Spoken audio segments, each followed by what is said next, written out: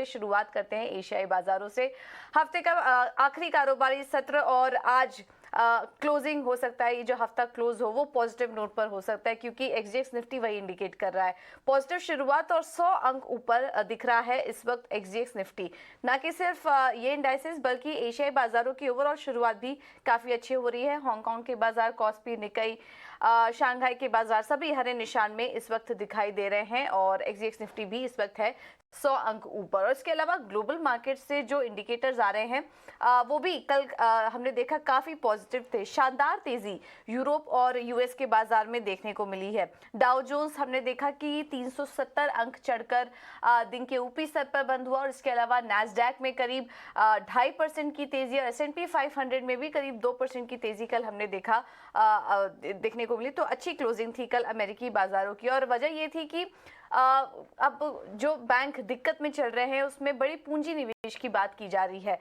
First Republic जहां पर की कंसर्न दिख रहा था, हमने आपको ये खबर भी बताई थी, अब इसमें 11 बैंक मिलकर करीब $30 मिलियन की पूंजी डालेंगे, तो ये एक राहत की बात आई। और इसी के साथ ही साथ हमने आपको बताया था कि स्विस नेशनल बैंक भी क्रेडिट स्विस में कुछ पूंजी डाल सकती है, अतिरिक्त लिक्विडिटी का सपोर्ट कर सकती है और अब क्रेडिट स्विस को भी स्विस नेशनल बैंक से करीब $54 बिलियन की मदद यहां पर मिलने की बात की जा रही है। तो इस तरीके के जो अपडेट्स आए उसके बाद हमने देखा कि बैंकिंग शेयरों में भी अच्छी तेजी देखने को मिली और उसके अलावा पूरा का पूरा मार्केट कल चल रहा था। एक और वजह थी यूरोपियन सेंट्रल बैंक ने भी ब्याज दरें बढ़ाई और जो बढ़त देखने को मिली है वो अनुमान के मुताबिक ही थी। जैसा कि 0.5% की बढ़त का हम अनुमान कर रहे थे, 3.5% के आसपास ये रेट्स आए हैं, तो एक्सपेक्टेशन के अकॉर्डिंग ही था। और उसके बाद हमने देखा कि यूरोप के बाजारों में भी शानदार तेजी देखने को मिली है। अब अगली जो नजर होगी वो फेड की बैठक भी होने वाली है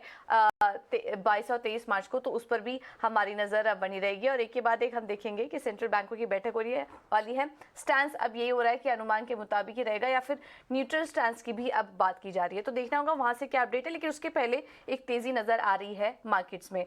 अन्य संकेतों पर नजर डालें तो फर्स्ट रिपब्लिक की जो खबर आई उसके बाद हमने देखा कि बॉन्ड यील्ड्स चढ़े 3.58% पर अब आ चुके हैं 3.4 से बढ़कर बाजार में। लेकिन जोखिम का माहौल तो हम कह सकते हैं अभी भी बना हुआ है, जिसके चलते डॉलर इंडेक्स अभी भी 104 के पास स्थिर है। सोना $1900 के ऊपर ही अभी फर्म दिखाई दे रहा है।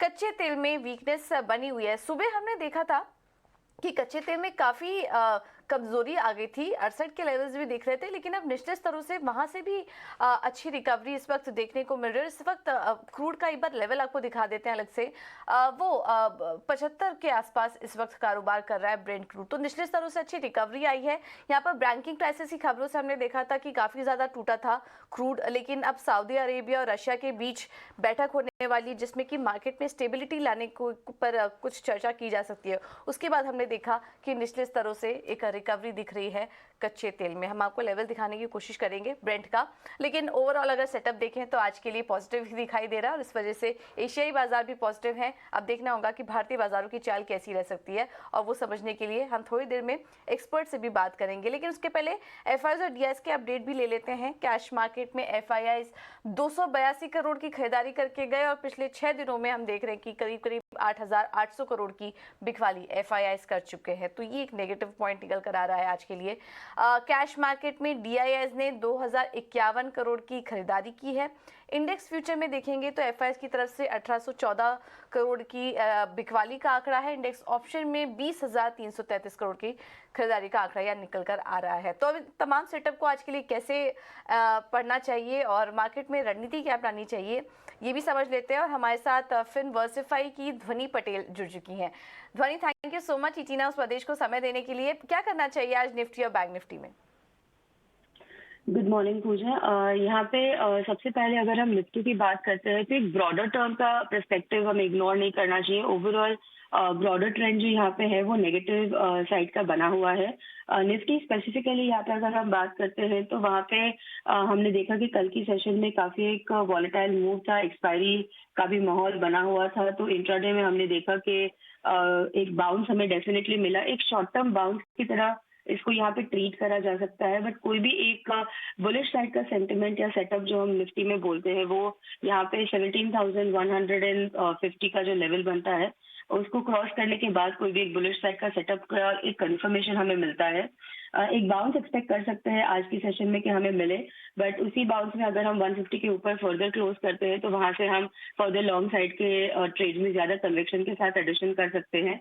वरना वहां तक अगर निफ्टी टच करती है तो मेरी एक बार के लिए यही सलाह रहेगी कि ब्रॉडर मार्केट को पर्सपेक्ट में रखते हुए वहां पे एक बार प्रॉफिट बुकिंग कर ली जाए। उसके अलावा यहाँ पे अगर हम बैंक निफ्टी की भी बात करते हैं तो बैंक निफ्टी में भी हमने देखा कि कल की सेशन में अगेन एक वॉलेटाइल मूव था और वहां पे भी सेम निफ्टी की तरह फॉर्मेशन बन रही है। तो दोनों जो इंडेक्स है वो एक साथ चल रही है। There is confirmation of trends on both the index. तो वहां पे भी हमें एक शॉर्ट टर्म बाउंस की यहाँ पे एक्सपेक्टेशन रखनी चाहिए। एक बाउंस यहाँ पे आ सकता है जहाँ पे 39,500 का लेवल है, उसको एक खास ध्यान रखा जाए। 39,500 पे यहाँ पे बैंक निफ्टी में भी मेरी प्रॉफिट बुकिंग की सलाह रहेगी। उसके ऊपर फर्दर क्लोज होने के बाद कोई भी एक फर्दर लॉन्ग साइड की पोजीशन यहाँ पे इनिशिएट करी जा सकती है। ठीक है। तो बैंक निफ्टी और निफ्टी के लेवल्स को वॉच करिए और जो लेवल्स अभी ध्वनि आपको बता रही थी निफ्टी और बैंक निफ्टी के लिए, उसके पास अगर आए तो प्रॉफिट बुक कर लीजिए और वॉच करिए आज किस तरह की तेजी देखने को मिलती है। लेकिन हालांकि आज शुरुआत जो हो सकती है वो तेजी के साथ ही रहेगी। एक बाउंस आज मार्केट में देखने को मिल सकता है। ध्वनि, इसके अलावा स्टॉक स्पेसिफिक रणनीति क्या अपना के चले?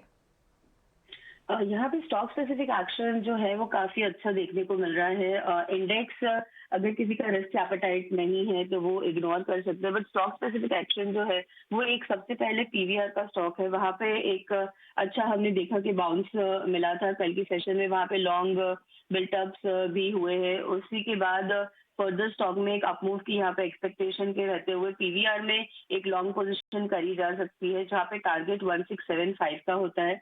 स्टॉप लॉस जो रहेगा वो 1540 का मेंटेन करना है। दूसरी यहाँ पे मेरी जो पिक है वो वर्लपूल की है। पिछले कुछ दिनों से हम देख रहे हैं कि इस व्हाइट गुड स्पेस में स्पेसिफिकली जहाँ पे गर्मियों का मौसम चल रहा है तो वर्लपूल का स्टॉक है जहाँ पे हमने एक डेली पे भी देखा है कि वापस से हायर लो का फॉर्मेशन बनता हुआ है। तो उसमें करंट लेवल से बाय का रिकमेंडेशन रहेगा। 1340 या फिर कोई भी एक डिप मिलता है जिसमें 1320 का लेवल भी स्टॉक अगर टच करता है तो आप वहां पे इसमें पोजीशंस ऐड कर सकते हैं। टारगेट इसका जो है वो 1390 का रहेगा। स्टॉप लॉस जो यहाँ पे मेंटेन करना है वो 1300 का रहेगा। ओके, ठीक है। तो पीवीआर और वर्लपूल यहाँ पर आप खरीदारी करके चल सकते हैं। टारगेट और स्टॉप लॉस भी आपको सुझा दिया गया है। बहुत बहुत शुक्रिया ध्वनि आपका ये जानकारी देने के लिए और ये रणनीति भी हमें सुझाने के लिए। चलिए अब आगे